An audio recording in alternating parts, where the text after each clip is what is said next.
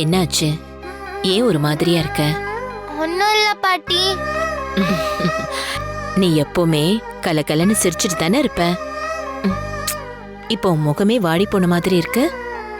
ஏன் பாட்டி குணமாய் திரும்ப வந்ததுல உனக்கு சந்தோஷமே இல்லையா? ஐயோ பாட்டி, என்ன பேசுறீங்க? நம்ம வீட்லயே நீங்க குணமாகி வந்ததுக்கு அதிகமா சந்தோஷப்படுறது நான் தான், தெரியுமா? அதான் அர்ஜுன் சொன்னானே,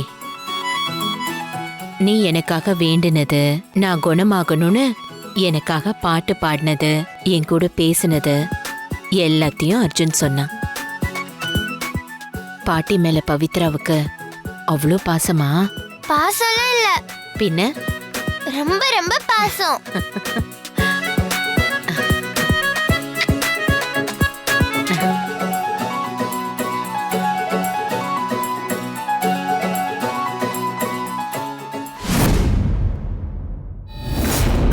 பவி, என்னது இது கேமரா?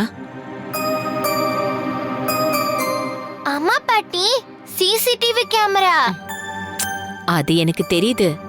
இதுக்கு முன்னாடி இது என் ரூம்ல இல்லையே, திடீர்னு எப்படி வந்துச்சு? அதுவா பாட்டி, நீங்க இந்த ரூம்ல இருந்தப்ப திடீர்னு யாரும் இல்லாதப்ப உங்களுக்கு நினைவு வந்துச்சுன்னா அது எங்களுக்கு தெரியணும்ல, அதுக்காக தான்.